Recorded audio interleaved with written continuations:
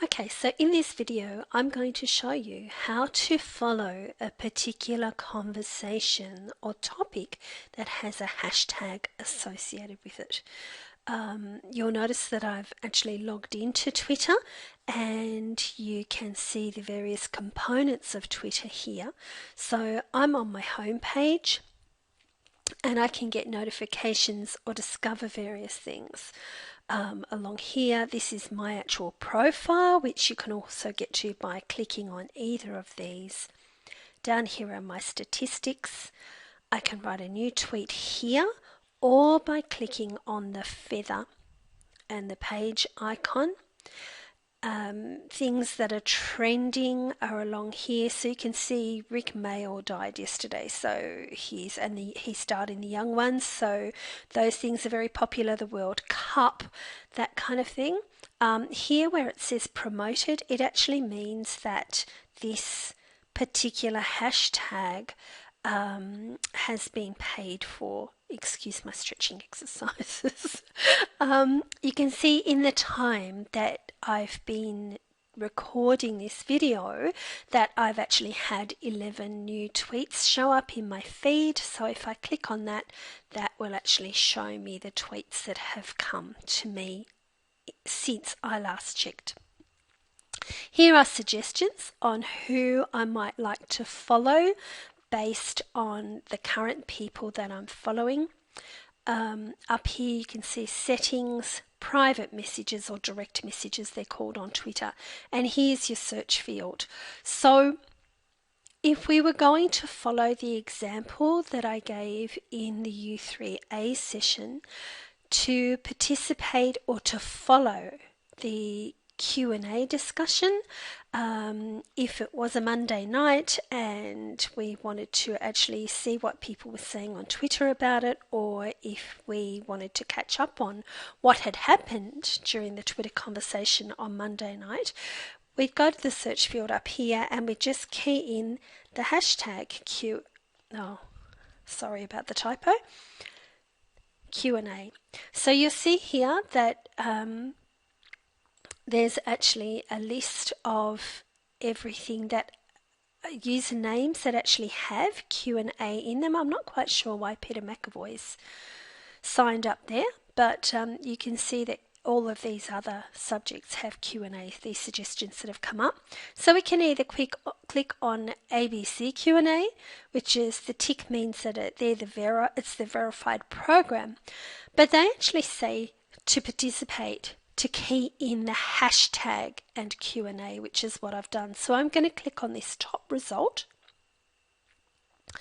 and it will bring up results for Q&A. Now you can see that I'm already following Q&A.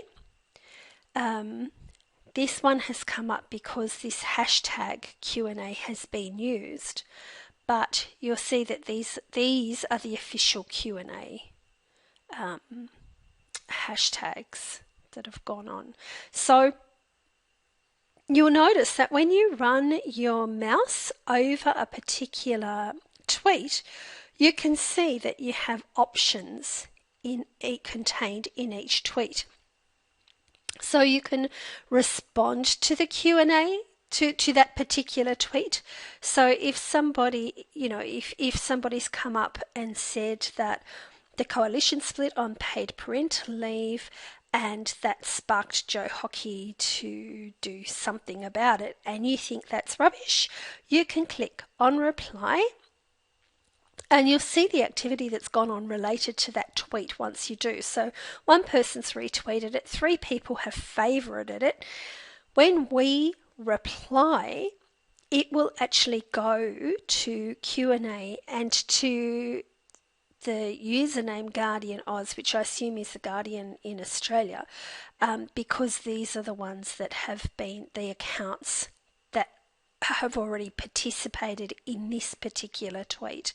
So if I wanted to, I could say what rubbish, and then I have the option of adding an image. So if I was cranky, I could add a cranky picture of myself, or something else that might refute it, whatever I feel like. you see that my location is disabled there, so I don't want to tell people where I'm posting from. And remember in the presentation that I said that tweets had to be 140 characters or less. So you'll notice here, these particular, the tweet is already taking up 43 characters, and this gives you a running total. So if you were going to type a whole heap more, sorry, Camtasia, my recording thing keeps off telling me. You can see that that count is reducing the longer I go. Now, if my tweet goes over